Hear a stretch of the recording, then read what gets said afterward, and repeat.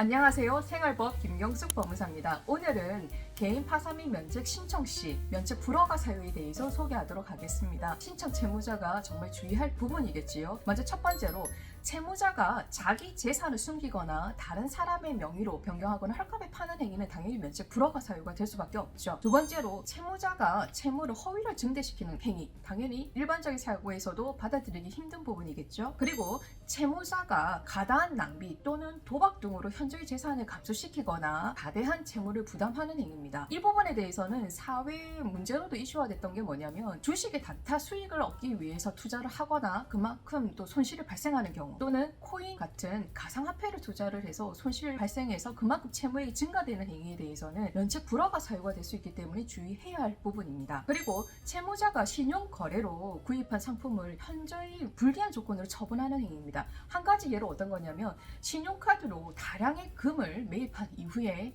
현금으로 낮은 가격으로 되파는 행위입니다. 흔히 말하는 가득깡이라고 하죠. 당연히 일반적인 그 상품 구입이 아니죠. 따라서 이거는 면책 불허가 사유가 될 수밖에 없는 겁니다. 그리고 채무자가 채무자의 의무에 속하지 않음에도 불구하고 일정 채권자들에게 변제를 한다든지 담보를 제공하는 행위는 면책 불허가 사유가 됩니다. 여러분, 파산을 신청할 때 파산 채무자가 가지고 있는 재산은 파산재단에 속합니다. 그러면 파산재단은 누가 관리하느냐? 채무자가 아니에요. 바로 파산관제인입니다. 그러면 파산관제인은 채권자들에게 파산재단에 해당되는 재산을 공평하게 안분하여 배당하는 행위를 하는 건데, 여기 있는 채무자가 특정 채권자에게 자기의 재산을 처분하거나 담보를 설정한다면 타 채권자들에게는 그만큼 손해가 발생할 수밖에 없는 거죠. 당연히 이 부분에 대해서는 면책 불허가 사유에 해당되는 부분입니다. 그리고 마지막으로 우리가 면책 불허가 사유에 빠지지 않고 들어가는 이유 중에 하나가 바로 채무자가 허위의 채권자 목록을 제출하는 거죠. 잘못된 거겠죠? 그리고 법원에 제출하는 진술서 같은 곳에다가 자기의 재산 상태를 허위로 진술하는 경우입니다. 당연히 이 부분에 대해서는 면책 불허가 사유가 될 수밖에 없는 겁니다. 이와 같은 내용은 우리가 채무자 회생 및 파산에 관한 법률 제564조에 기재되어 있고, 제가 앞서 설명했던 이런 내용 중에서 특히 주의할 점을 두 가지를 뽑는다 하면, 첫 번째가 바로 채무자의 과다한 낭비나 도박 등으로 문제가 되는 건데, 이게 지금 최근에 우리가 작년 올해도 그렇지만 주식이나 아니면 코인과 같은 가상화폐를 투자함으로 인해서 발생하는 신용대출로 받은 그런 채무액은 당연히 면책 불허가 사유가 되기 때문에 주의해야 할 부분입니다.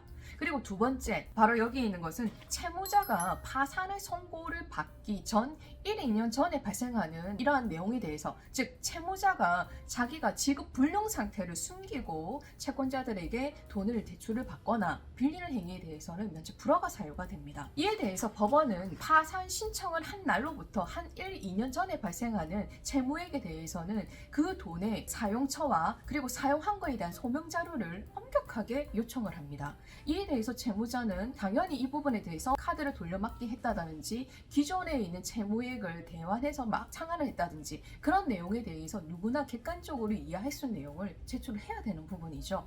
이런 과정에서 만약에 채무자가 재산을 은닉을 했다든지, 아니면 앞서 주의해야 되는 과도한 쇼핑을 했다든지, 아니면 도박이나 코인과 같은 투자 손실금으로 발생한 거라 하면 당연히 법에서 정하고 있는 면책 불허가 사유가 될 수 있기 때문에 주의해야 할 부분인 거죠. 이에 반해서 여러분, 채권자 입장에서는 어떨까요? 채권자 입장에서는 채무자에게 돈을 믿고 대출을 해줬는데, 또 빌려줬는데 어느 순간 이 채무자가 파산이나 개인회생을 한다 하면 채권자 입장에서는 말을 하는데 날벼락을 받는 격이 되는 거죠. 따라서 이 채권자들은 채무자로부터 파산 선고가 됐고 면책을 받는다라는 법원의 통지서를 받으면 대부분 이에 대해서 면책 이의 신청서를 제출합니다. 그러나 면책 이의 사유에 해당되는 것이 단순히 이 빚을 갚지 않는 거에 대한 도덕적 해이를 가지고 제출을 한 다음에 법원은 눈을 감습니다.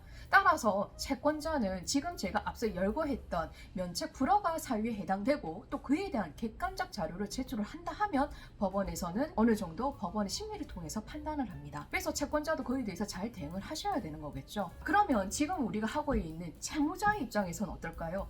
채무자 입장에서는 채권자가 이와 같이 개인 채권자가 도덕적 행위를 이유로 해서 이와 면책 이의 신청이 들어온다 하면 당연히 채무자의 입장에서는 이에 대해서 법원에 성실하게 대응을 해야 되는 부분이죠. 그리고 면책 불허가 사유가 들어간다 하더라도 우리가 재량 명책이라는 것이 있기 때문에 법률사무소를 통해서 어느 정도 유연하게 대응할 필요가 있습니다. 그러면 이와 같이 우리가 단순히 채무자 입장에서는 채무의 그런 탕감을 받기 위해서 개인 파산인의 면책 신청을 가볍게 생각해서 진행하려다가 위와 같이 면책 불허가 사유가 해당돼서 면책 불허가나 또는 기각되는 경우가 발생합니다. 그러기에 신청하고자 한다면 법률 전문가를 통해서 충분히 상담을 받고 진행하기를 권해드립니다. 요즘은 인터넷이나 SNS를 통해서 정보가 많이 얻을 수 있지만 실질적으로 신청하고자 하는 채무자는 각각의 개인마다 다 다른 거죠. 따라서 변호사와 법무사를 통해서 충분히 신중하게 진행하기를 권해드립니다. 네, 오늘은 면책 불허가 사유에 대해서 말씀을 드렸고, 다음 시간에는 파산을 신청하더라도 면책이 되지 않은 특정 채권들이 있습니다. 이에 대해서 간략하게 설명해 드리도록 하겠습니다. 그리고 좀 더 구체적인 정보를 원하시면 네이버에 김경수 법무사를 검색하시면 보다 유용한 정보를 공유할 수 있습니다. 네, 오늘 여기까지 말씀드리고 다음 시간에 찾아뵙겠습니다. 감사합니다.